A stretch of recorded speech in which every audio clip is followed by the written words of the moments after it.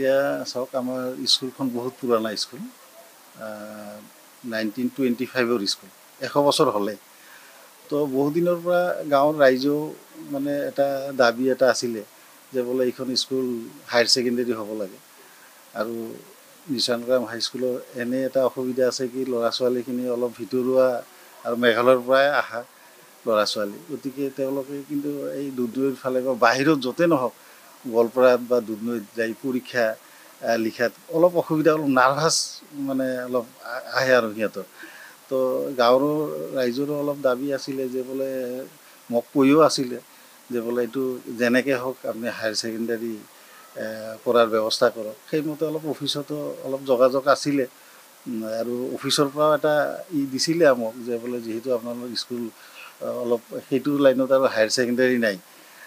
গতিকে এইখন school higher secondary আমি যদি আপোনাৰ যদি থাকে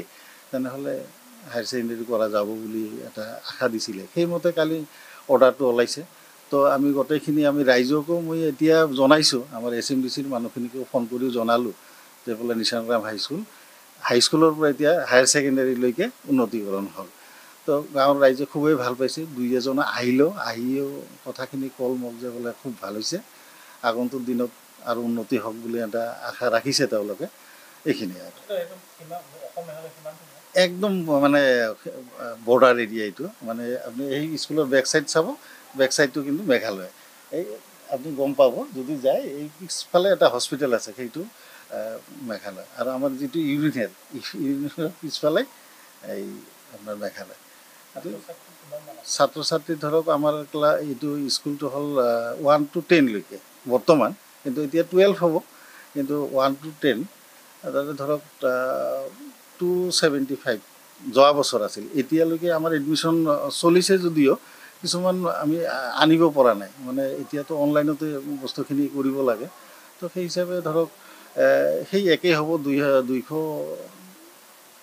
275-80 ইয়াৰ মাজতে থাকিব বাট 300 হ'ব পাৰে এনেকুৱা এটা হয় আৰু ষ্টাফ আমাৰ মোটামুটি ধৰক 1 to 8লৈকে গাৰো মিডিয়াম আৰু 9, 10 to ইংলিছ মিডিয়াম তো 1 to 8লৈকে গাৰো মিডিয়াম যদিও গাৰো টিচাৰ আমাৰ কিন্তু খুব কম তাৰে বৰ্তমান হৈ আছে LP ছেকশ্যনত 2জন আৰু হাই ছেকশ্যনত আছে 2জন তো সেই হিচাপে অলপ অসুবিধা গাৰো মিডিয়ামটো চলোৱা তো যেনে তেনে আৰু চলাই থকা হৈছে বাকী কিন্তু টিচাৰ এনে সংখ্যা হিচাপে ঠিকে আছে কিন্তু মিডিয়াম হিচাপে অলপমান মানে কম আছে এতিয়ালৈকে ধৰক 11টামান পোষ্ট খালী আছে আমাৰ হয় শিক্ষকৰ প্ৰয়োজন তাৰমানে এতিয়া গভৰ্ণমেণ্ট ফালৰ পৰা কি কৰে আমাৰ স্কুলতে ধৰক যিকেইটা নতুন এপইণ্টমেণ্ট পাইছে 6জন আছে বৰ্তমান নতুন এপইণ্টমেণ্ট পোৱা তেওঁলোকে কিন্তু গোটেইকেইটাই পোষ্ট গ্ৰেজুৱেট গতিকে তেওঁলোকৰ দ্বাৰাই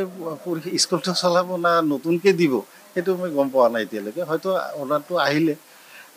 নিশ্চয় হয়তো আমি অৰ্ডাৰ পাম যে এই ষ্টাফ সম্বন্ধে কিবা আৰু নতুন কিবা আপডেট আহে নেকি বা ইয়াৰ পৰাই হ'ব না নতুনকৈ এপইণ্টমেণ্ট দিব সেইটো আৰু এতিয়া চৰকাৰে কি কৰে সেইটোহে কথা আৰু কিন্তু আমাৰ আশা আছে যে যদিও নিদিয়ে যদি নতুন এপইণ্টমেণ্ট নিদিয়ে তথাপি ধৰক আমাৰ স্কুল চলা যাব হায়াৰ ছেকেণ্ডেৰীলৈকে আমাৰ অসুবিধা নহয় কাৰণ আমাৰ পুৰণা ষ্টাফ 2জনমান ইতিমধ্যে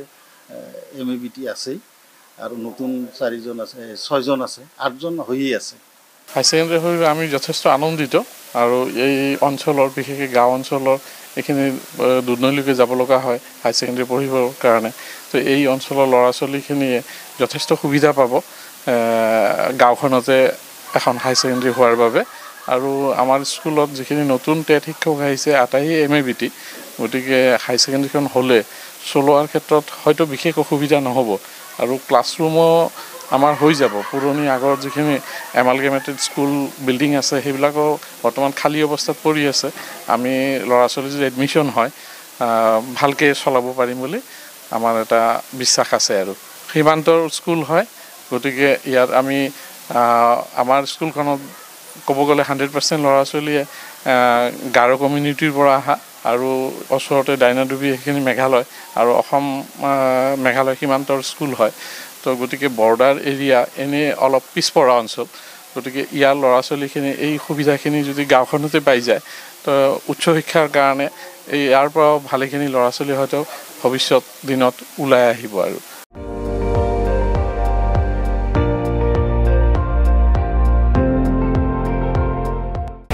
আপুনি চাই আছে ND24 সৰ্বশ্ৰেষ্ঠ নহয় সৰ্বোত্তমৰ দৌৰত।